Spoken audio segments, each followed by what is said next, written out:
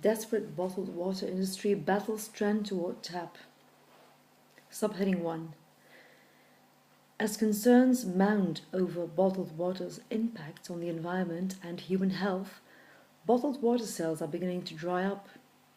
In America, Nielsen reports that bottled water sales fell 3.3% in the US last year. Evian reported that its profits shrank 69%, in part because of declining sales of bottled water in France, Spain, Britain and Japan. Sales of bottled water in France fell by 7.5% last year. Switzerland-based Nestlé, the world's biggest bottled water manufacturer, including the brands Perrier and San Pellegrino, reported that sales of its water declined by 4.1% in the first 3 months, with a particularly startling 9% drop in the British market last year. Subheading 2. Increasingly around the world, plastic water bottles have been identified and targeted as a major source of pollution. Venice, Italy, is promoting city tap water as a means of reducing the plastic bottle garbage that has plagued its canals and other historic sites. To advertise the tap water, the city branded its Aqua Veritas and distributed to city residents free carafes bearing a stylized logo. Venetian officials consider the program a great success, a reduction of plastic trash by 27 tons a year. Most recently, Bundanoon, Australia, a rural town about 75 miles southwest of Sydney, became the first community in the world to outlaw the selling of bottled water as it seeks to reduce the use of plastic and protect the environment. Stores will sell reusable bottles to be filled from filtered water fountains in the town instead of commercially bottled water being trucked into the town. The ban was triggered by a Sydney Drinks Company's plan to build a water extraction plant in the town. Hugh Kingston, a cafe owner, said the community was horrified by the idea of them taking water here, trucking it to Sydney and bringing it back in bottles to be sold in shops at 300 times the tap price. Subheading 3. Furthermore, in a time of worldwide economic stagnation, governments are under increasing pressure to stop spending tax dollars on expensive and unnecessary bottled water. Last year, the majority of about 250 mayors who attended the US Conference of Mayors were in favor of phasing out government use of bottled water.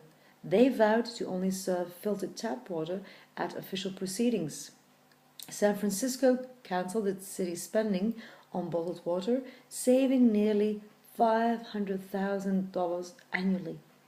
Seattle, which stopped buying bottled water last year, is saving up to $57,000 annually. Across America, communities are beginning to resist when companies seek to acquire new water sources and to pump more and more from the water sources the companies already own. Enumclaw, Washington, cited environmental concerns when it rejected Nestlé's bid for its water, and Nestlé was forced to drop attempts in 2 other Washington towns, Black Diamond and Orting, on logistical grounds. Nestlé's efforts in McLeod, California, near Mount Shasta, have sparked a 6-year battle with California's Attorney General Edmund G. Brown, Jr., stating it takes massive quantities of oil to produce plastic water bottles and to ship them in diesel trucks across the United States. Nestlé will face swift legal challenge if it does not evaluate the environmental impact of diverting millions of gallons of spring water from the McLeod River into billions of plastic water bottles. A resident of McLeod added, "The government simply holds the water in trust for the people, so how can they sell it to a foreign corporation or any corporation without a vote by the people?" We soon learned that a number of other small towns around the country are now being targeted by Nestlé.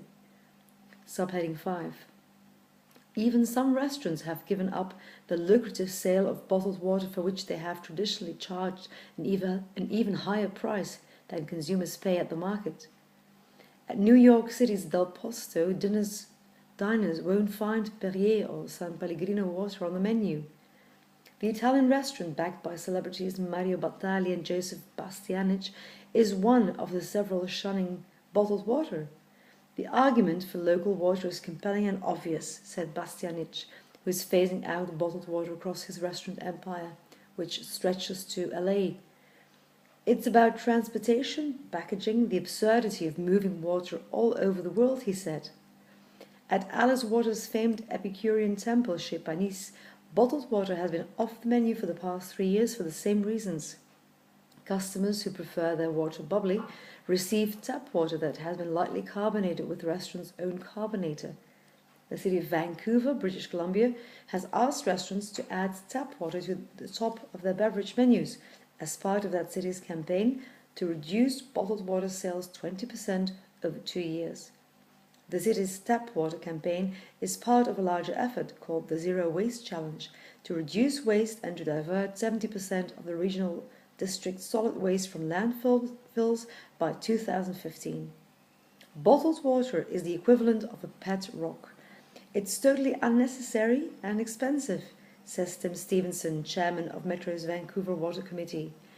And for World Water Week, many restaurants across America encourage citizens to forego bottled water for the UNICEF-sponsored TAP project. In a program that began in 2007, the public are encouraged to contribute $1 for the tap water they normally receive for free in order to help fund access to sanitary tap water for children around the world. Subheading 6. The companies that sell bottled water are not giving up without a fight. We've seen a slowdown, said Brian J. Flaherty, Director of Public Affairs for Nestlé Waters North America, whose brands include Poland Spring, Deer Park and Perrier. The economy is forcing a lot of companies and our customers to trim back and make some decisions, Flaherty said.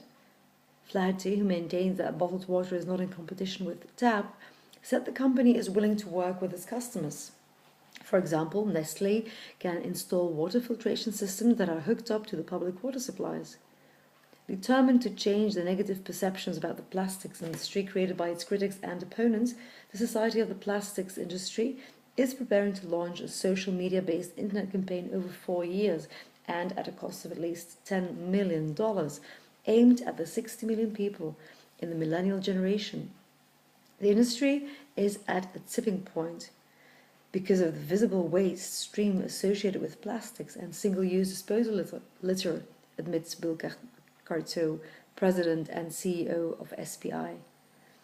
Individual companies are spending millions on sophisticated advertisements that naturally avoid any negative associations with their product. For instance, an Evian television ad, which became an internet sensation, used computer-generated effects to feature adorable babies on old-fashioned roller skates, dancing to retro music that took us back to a time of innocence long before the impacts of plastic bottles were apparent, when the economy was booming like the boombox featured in the ad. But consumers beware. Evian, spelled backwards, is naive.